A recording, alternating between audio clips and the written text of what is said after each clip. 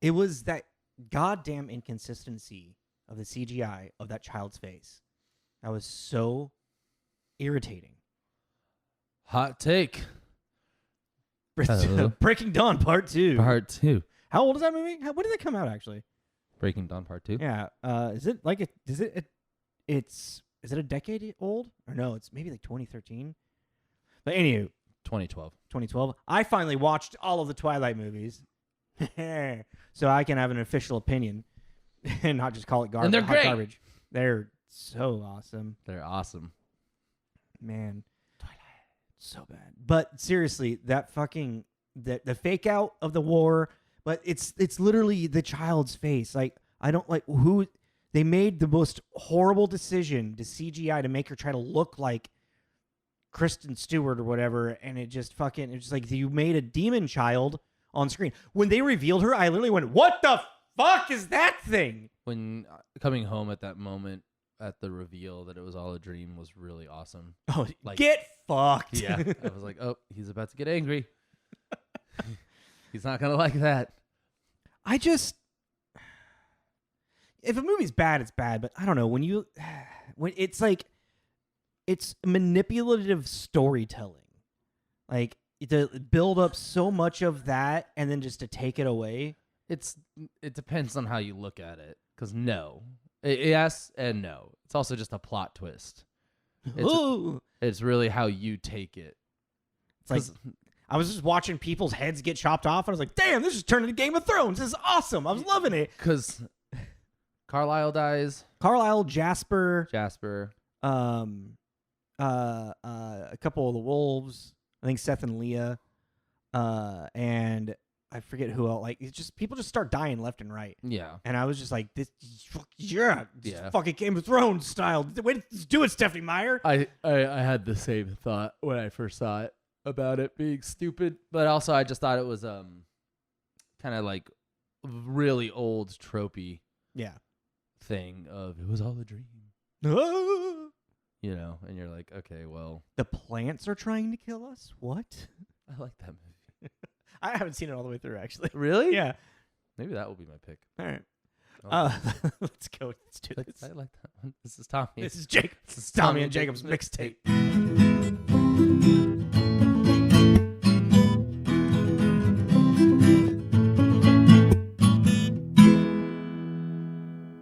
Hello, everyone.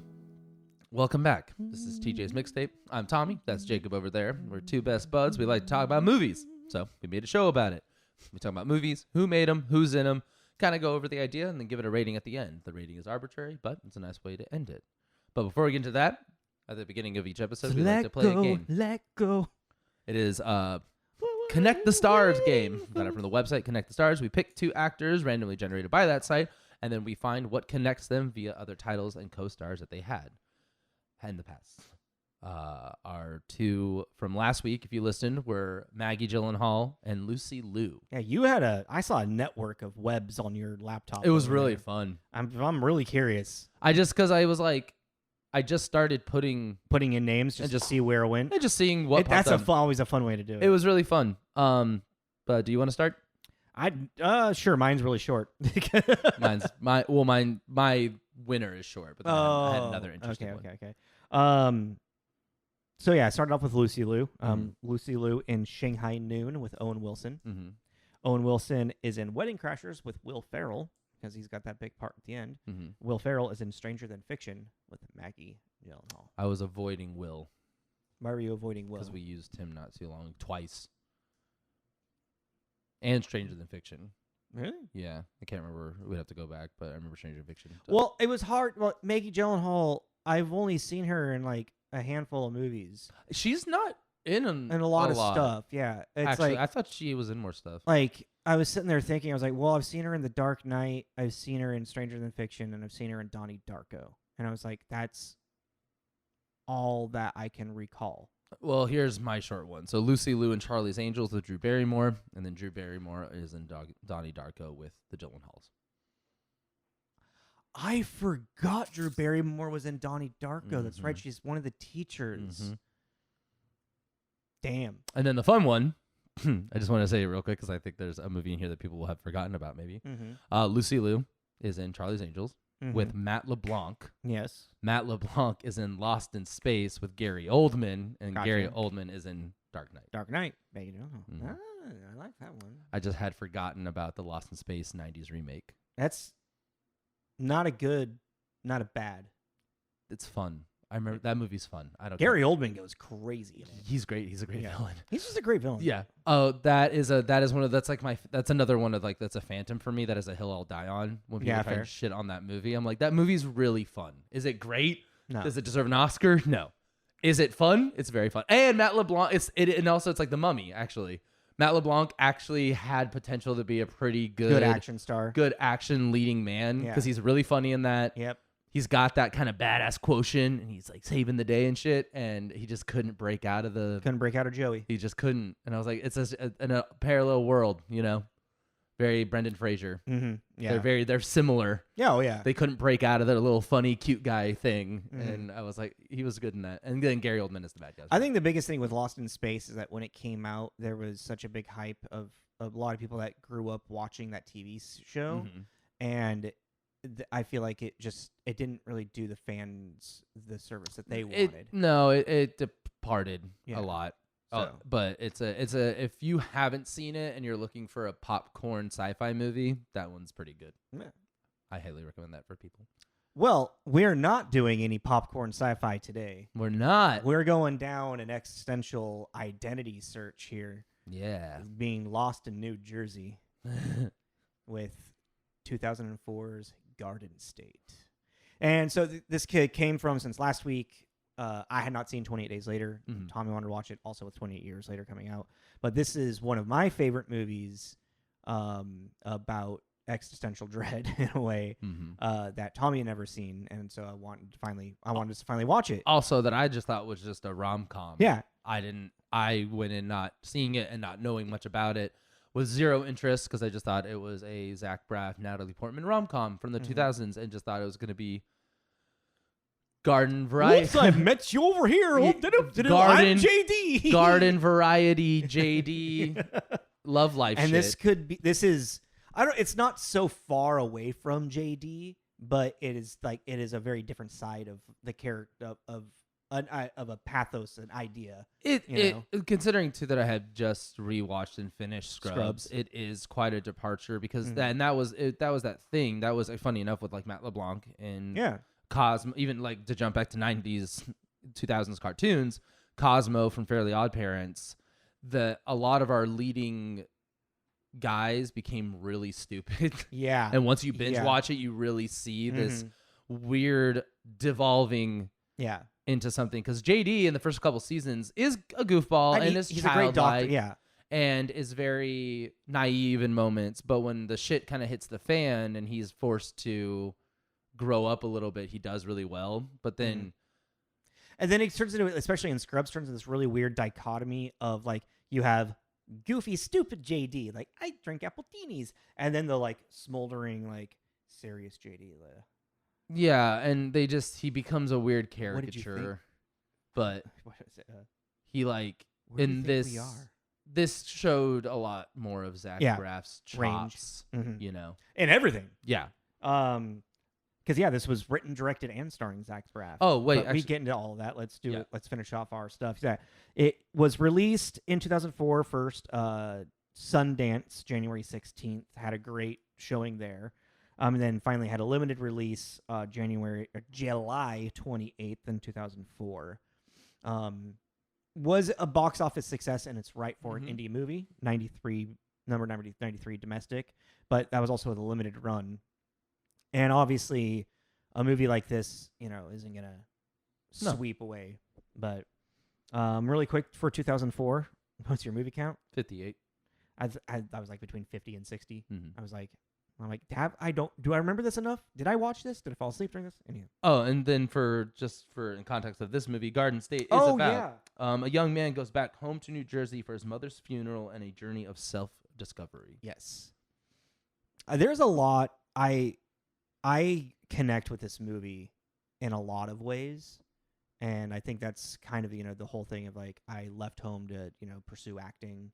And it didn't really fully go the direction I wanted it to. There is this sense of pull of like some people early on where they kind of felt like they felt like I abandoned them in Spokane. And I don't know, just like, even though like his journey is like him coming off of like these like, mood suppressors and, medication and whatnot, finding himself in his own right. There's so much of this movie that has just spoke to me throughout all of my 20s to even like now in my late 30s, Yeah. Well, this movie to me also falls into this vein of the romantic comedy, because there is that aspect to it, but of like High Fidelity, 500 Days of Summer, where it's not just a meet cute boy meets girl, or people meet and fall in love thing. There is this other element of kind of mental health, self-discovering, the final end to the childhood going into adults. Granted, they're in their mid-20s, but that's when you're really now exactly getting forced. Your hand is getting forced to be dealing with these grander things than just. You're really looking at like life in another light, where you're starting to like, it's like, oh, what am I going to do with the rest of my life? I was going to say, what does it mean for life to start? You're looking at your place in your life. Yeah.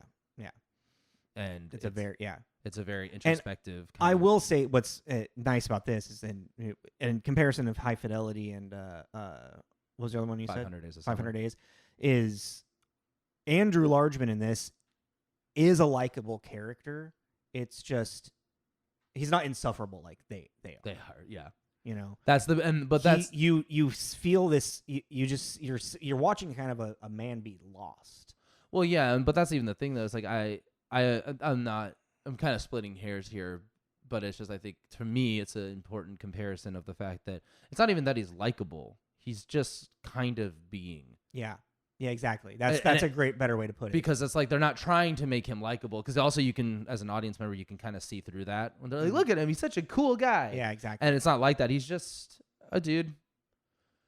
Existing. Just existing in this. Processing this trauma. That he's, and then trying to kind of patch things up with his father. And, and it's not like, and even then his whole issue with his dad isn't this knockdown drag out. Everything's very quiet. There's a deleted scene of that actually. You were watching this when I was doing so. But I think that they just did because even then there is this remind me, because this will be a tangent, but there is this like kind of weird quiet absurdistness to it that is it's a very Jack Braff style. Well, it feels there's Wes Anderson. That's a good, because Wes Anderson it's like everything Wes Anderson is in the Wes Anderson world, so it's super absurdist, but it works because that's just kind of the universe he's made. This is absurdist in the sense of this stuff. How do I word this? This stuff wouldn't happen, but it would happen. Yeah, because life is absurd. I mean, Braff did cite films like Harold and Maude. And like Annie Hall in Manhattan. Man, when's the last time you watched Harold and Maude? Late 20s, maybe over a decade ago. Yeah, I haven't seen that in forever. But like movies like that as like inspiration for this. Well, but you know what I mean though about that. It's like there's this absurd. Yeah, no, exactly. Yeah, like, that all fits in that as well. But that's like this life, because life does throw these very odd things at you. Exactly. And he did a great job of writing it in a way that. Oh yeah. Makes it feel very grounded, know, and even yeah. But anyways. Wait, Zach Braff, as we kind of already been talking about, he's JD in Scrubs. It's probably his biggest, what he's most known for. Next to this is Garden State. He was a voice of Chicken Little. He has a newer, mid 2010s, written and directed one called Wish I Was Here, and now a more recent one called A Good Person that I want to check out. This is something, it's like, this movie, the credits roll, and then his name pops up as written and directed by, and I was thoroughly impressed. Yeah. And it became, okay, I didn't really have much an opinion about you because of all I thought about was Scrubs. Was JD, yeah. Is JD. And I was just like, okay, now if I ever see your name pop up on something as a writer director, and I was looking at the ratings, and a lot of them aren't great. Yeah, and it's got to be a writer or director because his like acting solo stuff, some of it is Yeah, but I'm very curious about other stuff that he's worked on. I don't own it, and I've been meaning to just purchase it. But he also wrote a play called All New People, and it begins with a man trying to hang himself. Okay. Yeah. So there's a vein of something that Zach Braff's always writing. Yeah. Some weird lost existential dread stuff. But let's get into who else is starring in this. Oh yeah. And then our next lead would have been Natalie Portman. Yeah. Who have we done? I don't think we have. I was looking at her stuff. What's really funny is I was thinking about pulling an Audible really quick and having us watch Black Swan instead, because I know you've never seen Black Swan. I was gonna say maybe you could pick that one for your next one. And then I didn't even really register Natalie Portman in both of them. Go ahead, sorry, because I have Because this is such, and like Natalie Portman is so, in a weird way, transformative in this, but not transformative. I kind of forget that this is Natalie Portman in Garden State with Zach Braff. Does Natalie Portman have a reputation? Because I kind of feel like when I think of her, I feel like she's underrated. Oh, she's known. She's definitely regarded as like a top. She is. Okay. Because I was like, because even then, then the reason I was laughing is because I was thinking about picking my movie was going to be Annihilation. Because I've been wanting you to watch that. Is she in that? Yeah. But that's when I went, oh, well, we could just turn this into a Natalie Portman block. Because Annihilation is a really cool sci-fi. I think I'm familiar with that idea. They go into this zone, this weird area that has been the DNA of it from some kind of outside force is just being changed, annihilated, and like the plants and the like to a cellular level. And this aura are changing, and it's just a really interesting concept that I think you'd like. So that will be for next time. Yeah. For some time. Natalie Portman also, she's in Star Wars as Padme. She's in Thor as Jane Foster. She's in V for Vendetta. She cries in almost every movie she's in.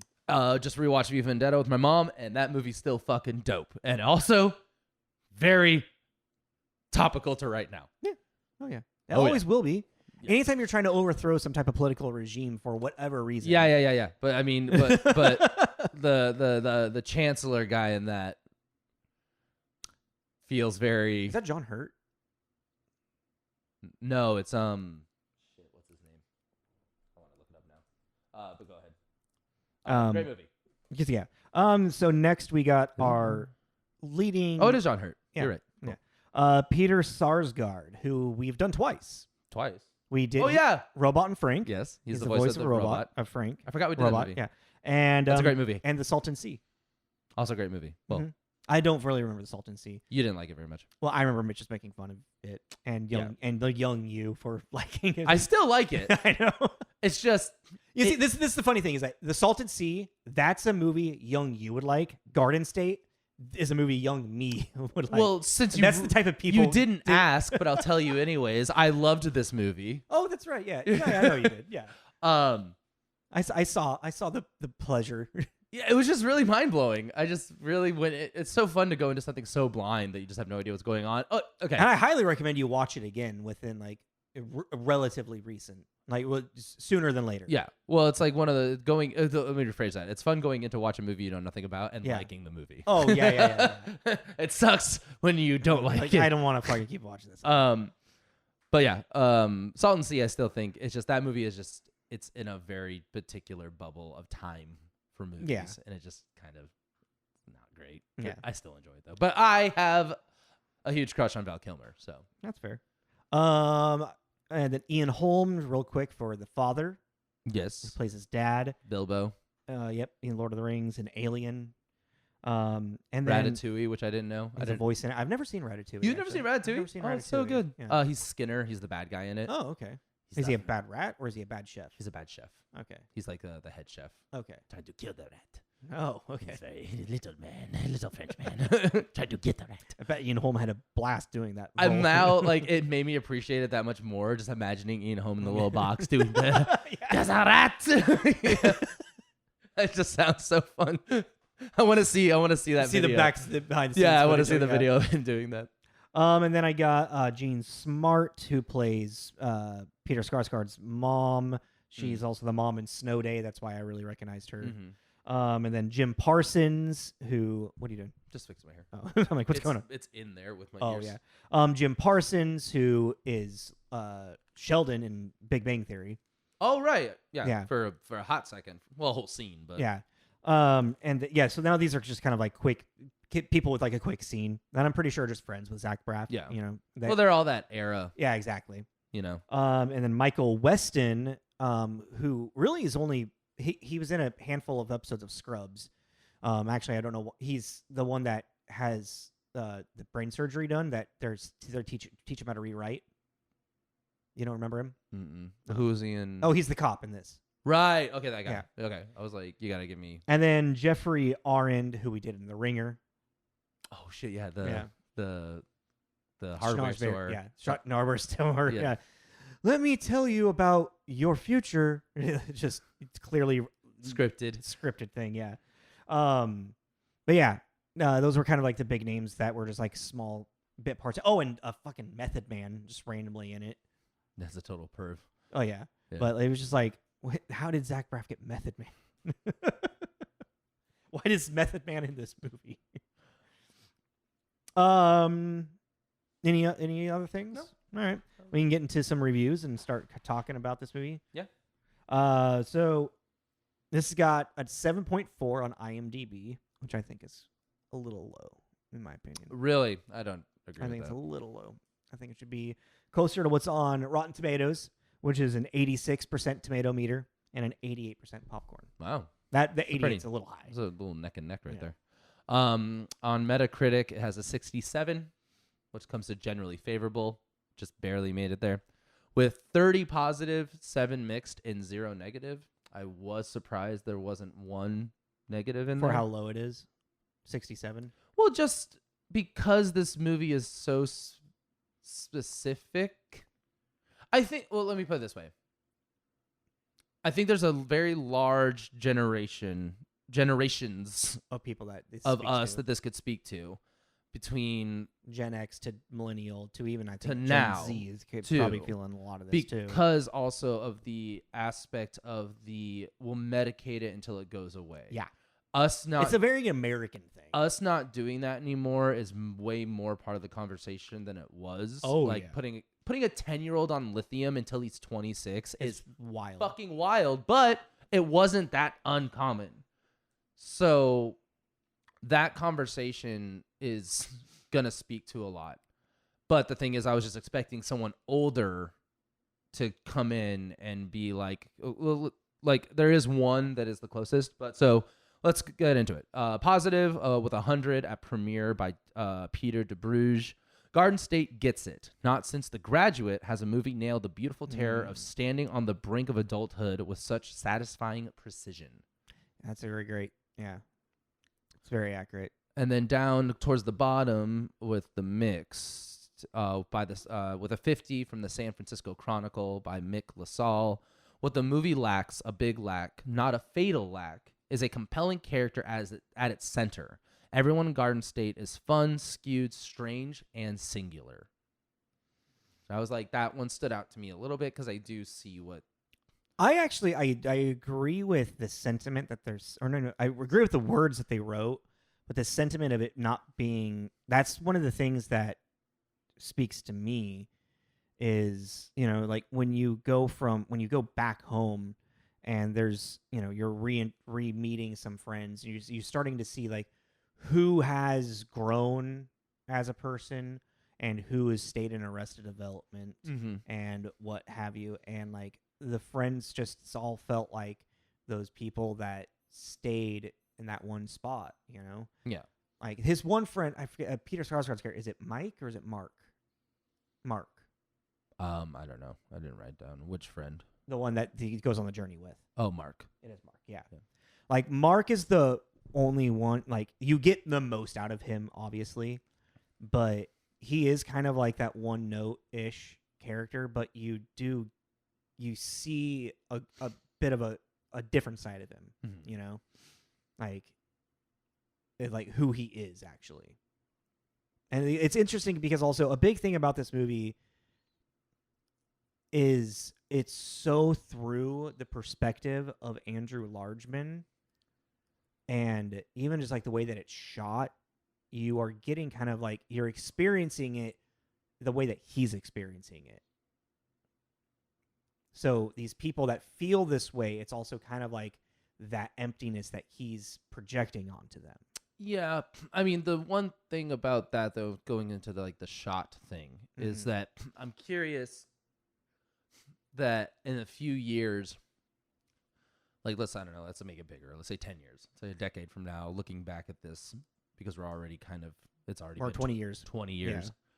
But getting to the 30, 40-year mark, looking back on this style, which they don't really do anymore, unless you are like a Wes Anderson. But even like we were saying, Wes Anderson's a pretty extreme version of this.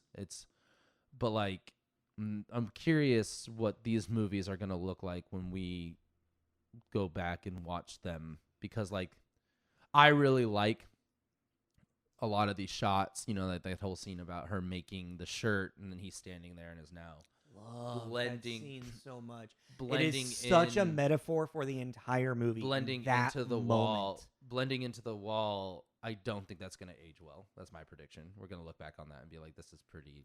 I think it's already kind of known as like an iconic moment of indie movies. So that's that shot. I'm not talking. Well, I'm using that as an example for that style in the sense. I see. Okay. I think that this particular thing is gonna kind of suddenly become really dated and not. I'm gonna put a pin in that, and I want us to go through more because I actually have since I've watched this multiple times. There's like certain things that I see with that I want to bring up later. Okay, and then the one negative, well not negative, but a low one was a 40 at the Wall Street Journal by Joe Morgenstern. Mr. Braff's idea of self-discovery is my idea of narcissism.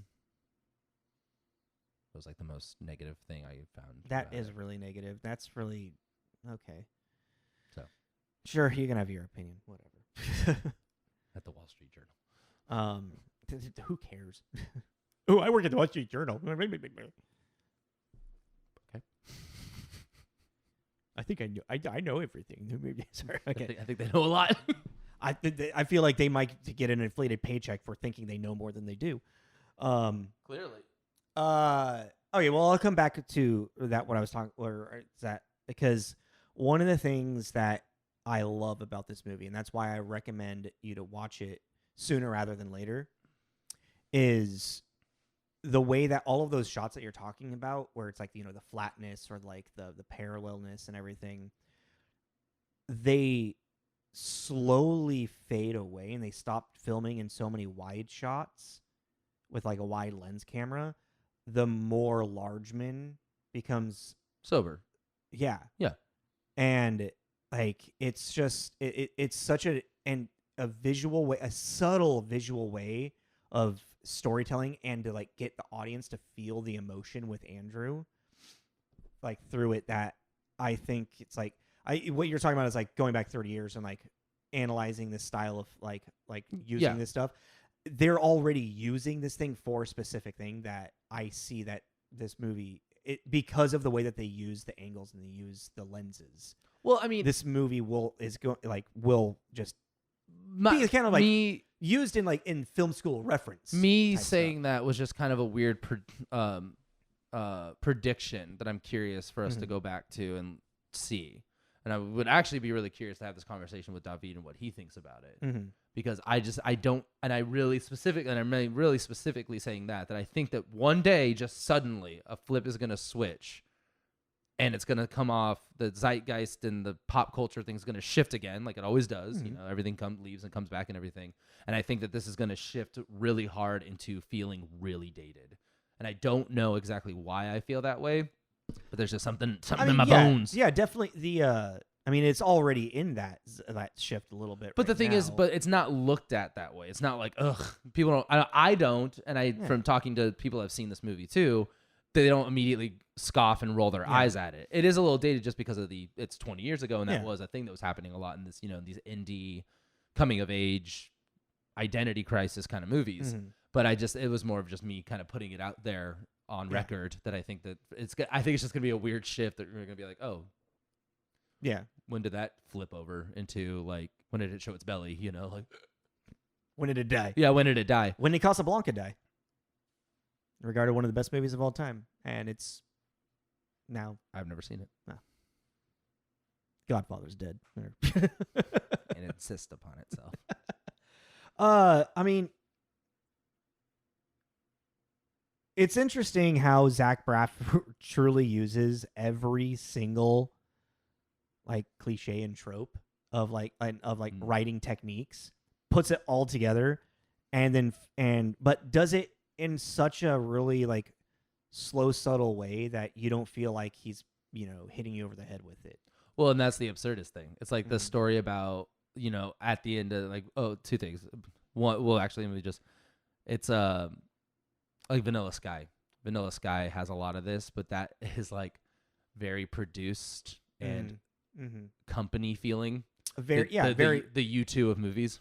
It feels very produced. Okay. And I still like that movie, but it just doesn't have this. It has this. It doesn't have the same kind of heart Because it has this backing of a big studio. Yeah. So it has that big machine pumping into it, which makes it feel disingenuine. Yeah. But then you have these kind of ones that are a little more because they are someone's real project. Because it came out of it came out of a real place of loneliness. With Zach Braff, I just wanted to make that observation. I just had that observation. I know. I really like that. Yeah. But with like with what you were just saying though, with the mom, like the story about the mother, it's like very tropey. Parent dies. All right, we're gonna make it mom. Now he has to go home and he has to deal with this, but he also has to deal with the people of his past and yada yada yada and so on and so forth.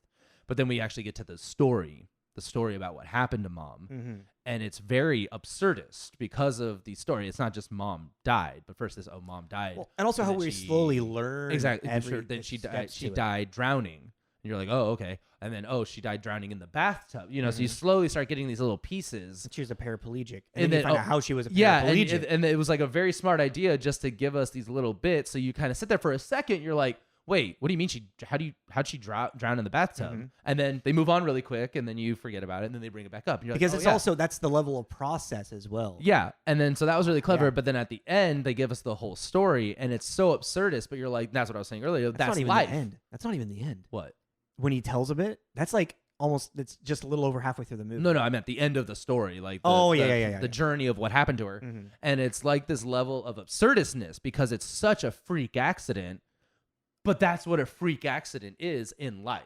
It's like and she tripped over the dishwasher that was broken and cracked her head open, and now she was paralyzed from the waist down because I pushed her. And you're kind of like that's what I was saying. There's this level of absurdistness to it. But such is life. Yeah. Like life is absurd. And I just thought I was like, okay. It's very the parent dying and now being your hand is now forced to deal with these things that you've been putting off and procrastinating. But it's in a very clever way. And then you slowly start to really see like the father's kind of broken perspective of everything as well. Yeah.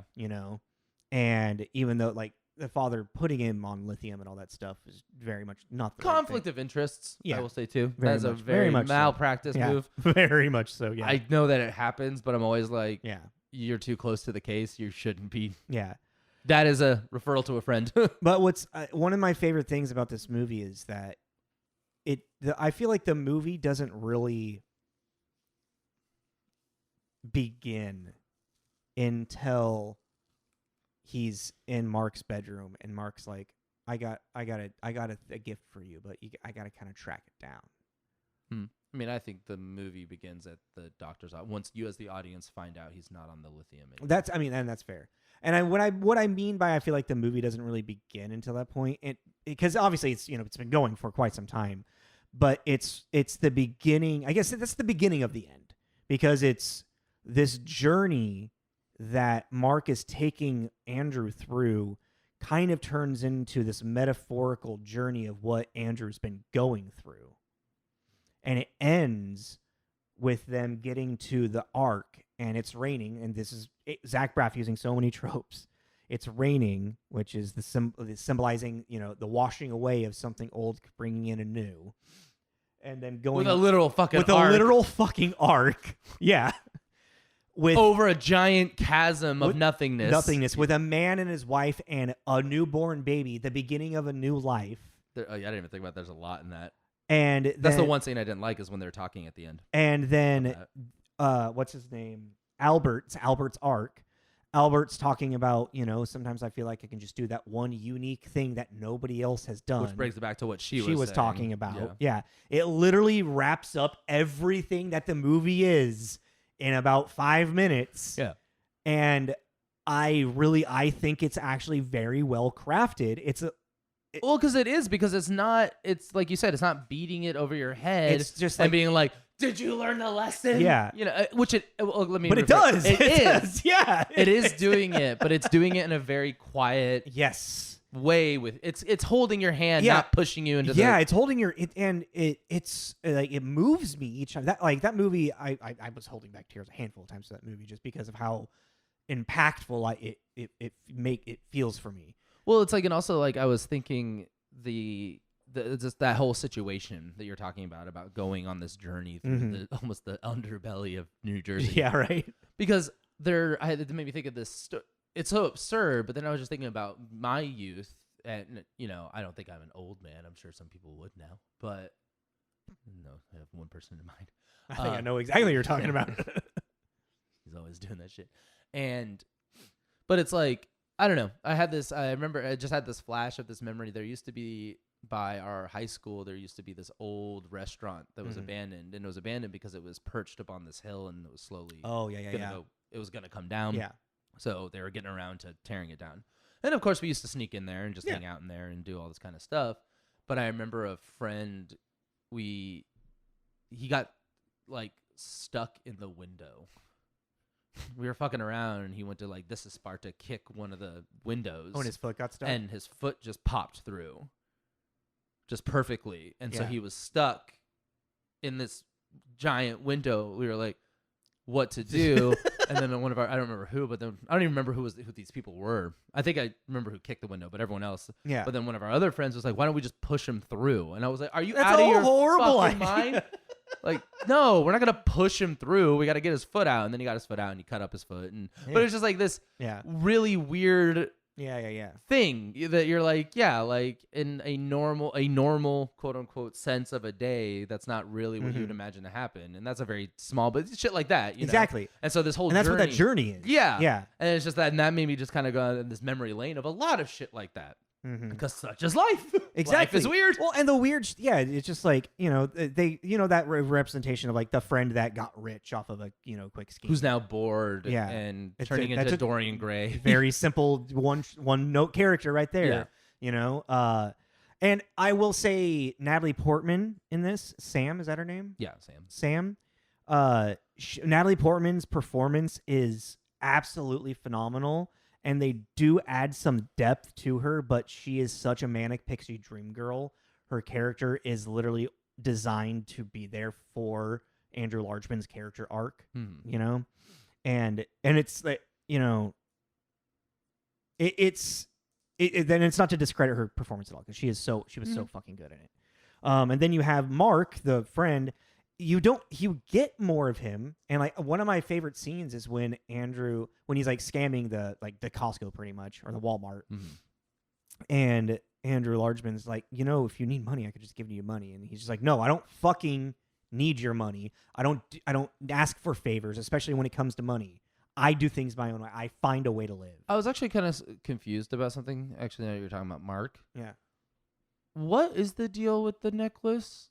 Because it implies that he steals the people's jewelry that he's burying. Yeah. So he stole his mom's necklace, sold it, and then was getting it back? It may not have been him that took it. It might just be everybody that works does this little side scam. Or maybe it could have been him feeling guilty for doing that. Yeah. So it's not 100% clear. It's not okay. I just wasn't sure if I missed something. No, it's not. There's only you get that moment when they're at the graveyard and he is burying whoever just passed away, and you see him taking the jewelry, and that slow motion of acknowledgement. If you watch it again, I don't know if you caught it, but there is this moment on Mark's face of just like, fuck. Yeah. Well, yeah, because it's This is quite the move. Yeah. Mark. Grave robbing? Yeah. Yeah. That's freaking illegal. Like, well, especially, and that's why when we were watching, it's like, what a piece of shit too, because it's like, I mean, I know the fucking funeral business is such a scam in so many different ways, but there is a grieving process that some people find with the whole ceremony and ritual that it is. Yeah. Finding the dress, her favorite dress, and her favorite necklace, and her favorite this and that. They will be forever with this. Their physical body will be forever with this whatever thing that that brought them comfort. Yeah. And you know what I mean? So it's like, it's a very intimate thing. Yeah. And sometimes not, but sometimes it's a very intimate thing. So to go in there and sometimes people are just doing it because it's like, this is what we're supposed to do. Right? Yeah. But it's like, for some people, it is a part of the grieving process to find solace in the passing away of their person. And to do that is just real. I get it. It's the ritual of it. Yeah. Yeah. But so him doing that, I was like, oh, Mark. But then he kind of redeemed himself, kind of. I mean, he's still gonna do that with other people. But we get the redemption for Largeman and Andrew, and at the end of the day, that's who we care about, because that's who we're following. Exactly. So, and you do get a moment of, you see like a real person of Mark, where it's like, it gave him another dimension. Yeah. Another layer. And that he really does care about his friend. Yeah. You know, even though he's putting up this, like, you know, strong guy facade, he's like, no, like, and even like Andrew just being like, was this what this whole day was about? Yeah. Was to get, wow, you know? And that's also a moment for Andrew to kind of realize, like, you know, there isn't just nothing out here for me. Well, yeah, and then with more specific, there's more to this guy than I initially thought. You know? And then we have our biggest arc, really, of it all, is when he finally confronts his father. Yeah. In bed, which is such a funny scene. Now, it's been a while since I watched it, but like, no, it's like, it's set up to the point where, like, you should be murdering him right now. Should have kept me on that lithium. And Ian Holm is fucking fantastic with it. There's just like, there's so many little moments that are, I don't know if they were improv at the moment or if they were just little moments that Zach Braff had written. But there's even like at the very beginning when he's talking to his dad in his study, and he's like, "The place looks great. If you've been if you've been working on it or whatever." And the dad's like, "Yeah, been doing a lot of work." Really? No, I don't know why I just said that. Yeah. Well, and yeah, I mean, it's just really great, right? It really does say a lot about Zach. It's very, and that's what we were kind of talking about. How about. Aware he is of like the human condition. Well, and also it says to me there's a lot of him in it. Oh yeah, you know, a lot of his situations, and this whole thing about just him and his dad just do not know how to communicate together. Yeah. They just don't know. They just don't know how to do it, and the only thing that was really keeping them tied was the mother. Yeah. And now the mother's gone, and they're really navigating how to. And I liked it too that it wasn't this really angsty, you know, like coming at each other thing. It was just it was awkward. And honest. And very just awkward. They just didn't know how to. It was just two human beings that just didn't know how to talk to one another. And Andrew Largeman just finally being like, no, I'm not taking the drugs anymore. I feel something, and it's okay. Even if I feel pain, even if I feel this, even if I feel this, it's okay. You gotta let me, and you gotta be okay with me feeling things, and you have to be okay feeling things too. You know, it's just so real. It's so good. Also, like tying back into the Albert's arc. He's talking about, you know, home, and Zach Braff has that beautiful monologue about where is home. You know, you have this like home that, you know, you can put your stuff, but like when you're older, you don't have that home anymore. Especially like for me, like my childhood home is gone. Like when I go back to Spokane, it's like I don't have like the closest thing to home is, you know, where I go and stay. And like home right now is, you know, the apartment. But even still, it's like there's not this home of a family type situation thing that you can tell that's what. Are you talking about the scene in the pool? Yeah. You know, it's like he's that lost existential, like where do I belong and everything. Yeah. And also, I mean, it does kind of like leave heavy-handedly at the end with like Albert's arc. You know, it's like maybe family is the thing, but it's not necessarily family. It's just like finding that thing that you want and need or love. You know, will help guide you and give you home there. Yeah. You know. And then it leads into what I think is the worst part of the entire movie, the actual end. What, the airplane and shit? Yeah. Why? Or just the airport. Because it goes full rom-com at that point? It goes full rom-com. Yeah. And it almost feels like to me... Did you do a rewrite? No, I don't. I hate doing rewrite. Well, actually, you kind of said it when we were watching. It was like, is he gonna die? And I was like, actually, that would be the perfect ending of this. You don't just... I don't go in there trying to rewrite. I just do it naturally. Yeah. No, it literally... Yeah, it feels like in order to get a green light, some studio was probably just like, well, why don't they end up together at the end? Yeah.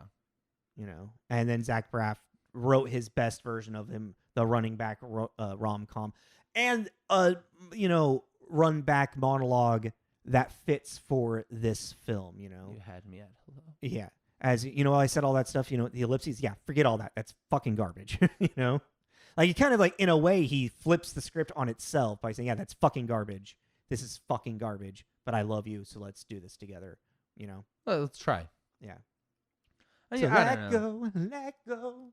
I don't know. I mean, I would have had, when I thought he was going to die, when they were going to go, fucking remember me. Mm-hmm. I've never seen that, by the way. Well. That's the Hilary Swank, Gerard Butler one, isn't it? No, it's Robert Pattinson. Is it? Maybe Oh, no, Robert Pattinson. Yeah. No, Robert Pattinson. 2010 movie. Mm.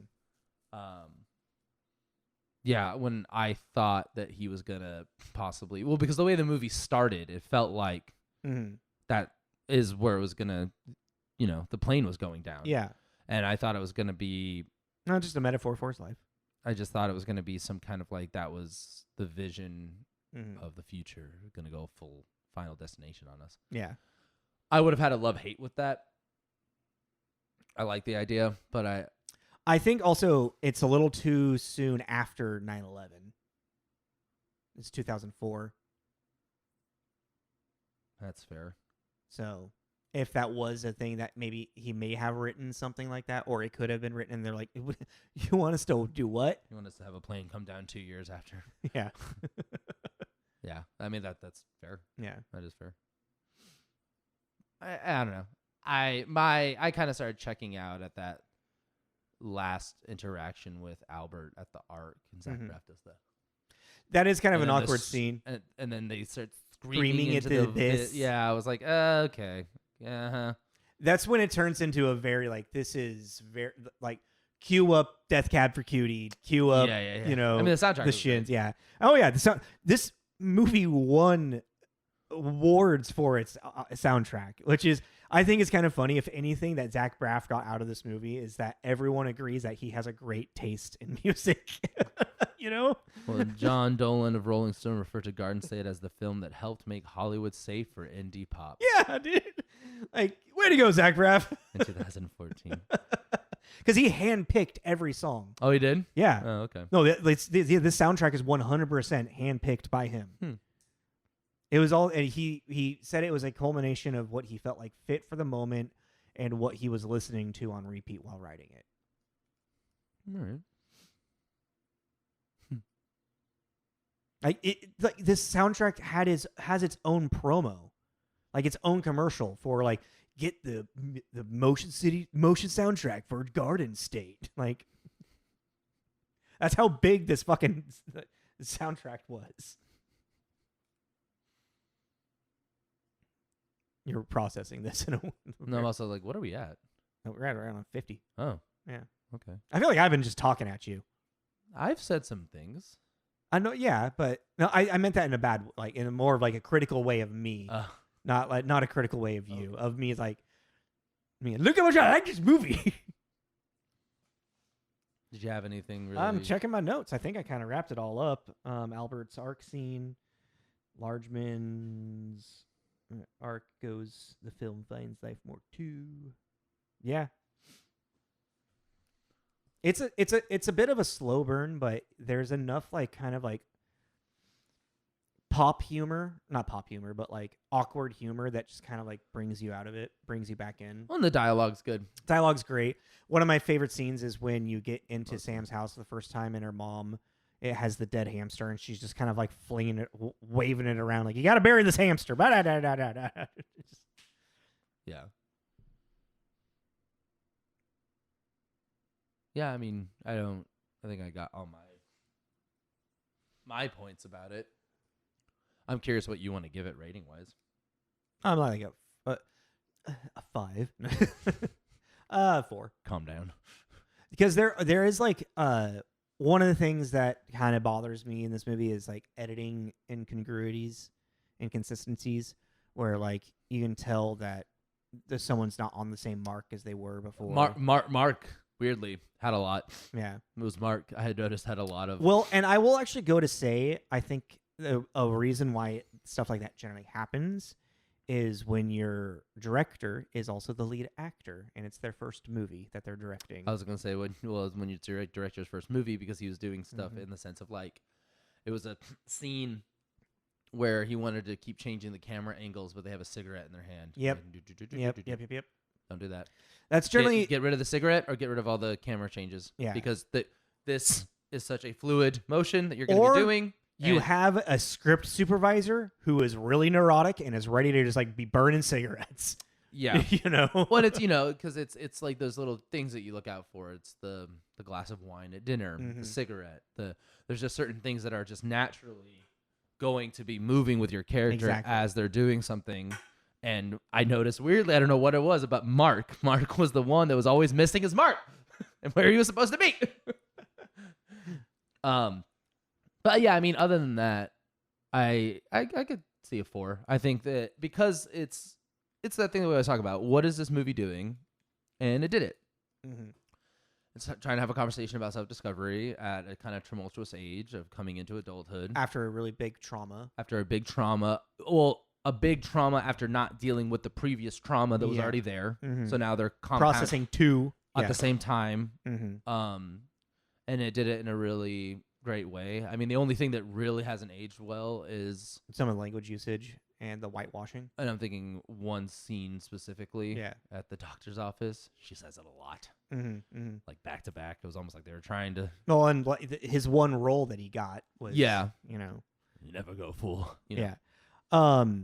And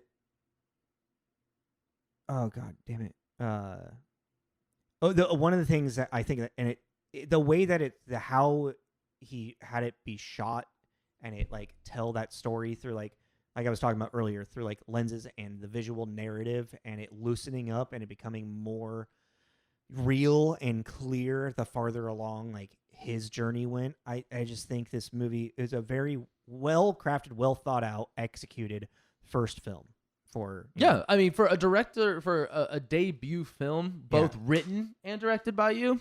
And also, mind you, you got to think, like, this is 2004, 2003 maybe when they were filming it. Yeah, 2003 when they were filming it. It came out 2004, January. Well, they did in like 25 days or something like that. Yeah. He has been JD for 2 years. Yeah. This is pretty early. Very early on in Zach Braff's this career. Just happens to be up, but I also think one of my favorite quotes in this movie is, "It's amazing how much my life has been determined by a quarter inch of piece of glass." Yeah. I was like, solid. I remember him saying that too. Yeah. Like, it's so weirdly relatable. Solid line. Yeah. Yeah. We're not playing spin the bottle. How old are we? More importantly, how old are they? Yeah. They're old enough. I think. All right. Yeah, we can do 4. Yeah. I'm fine with that. 4. Solid 4. I don't feel any qualms. Because it's not by any means a perfect movie, but it is a great, great movie.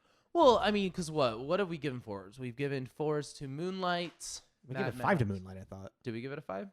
I feel like Moonlight and Fury Road are like 5s. Yeah. Do you remember what another 4 was? We really need to get something on here and just. You're the one that's been talking about it, and you have all the numbers. You need to. No, I only have them since episode 157, so we're just gonna have to start from there. I mean, that's when we actually started doing it. I mean, that's 100 episodes ago already. So is it? Holy shit, it is. We gave The Road a 4. I've gotten really weirdly good at that.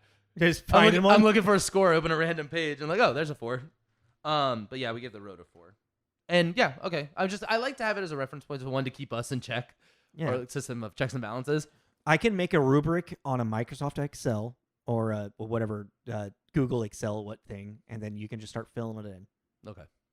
But yeah, like The Road. The Road, is very much about what was the movie about and did it nail it? Yeah. This is very much what is the movie about and did it nail it? Yes, it did. And I still think that the rom-com ending thing is just kind of the thing that hurts it the most. But yeah, but even then too, like just we're promised we're about to wrap it up. But like the rom-com thing, there's so many movies that aren't really, but then they just really become them. Like this might be a weird example, but like he's just not that into you.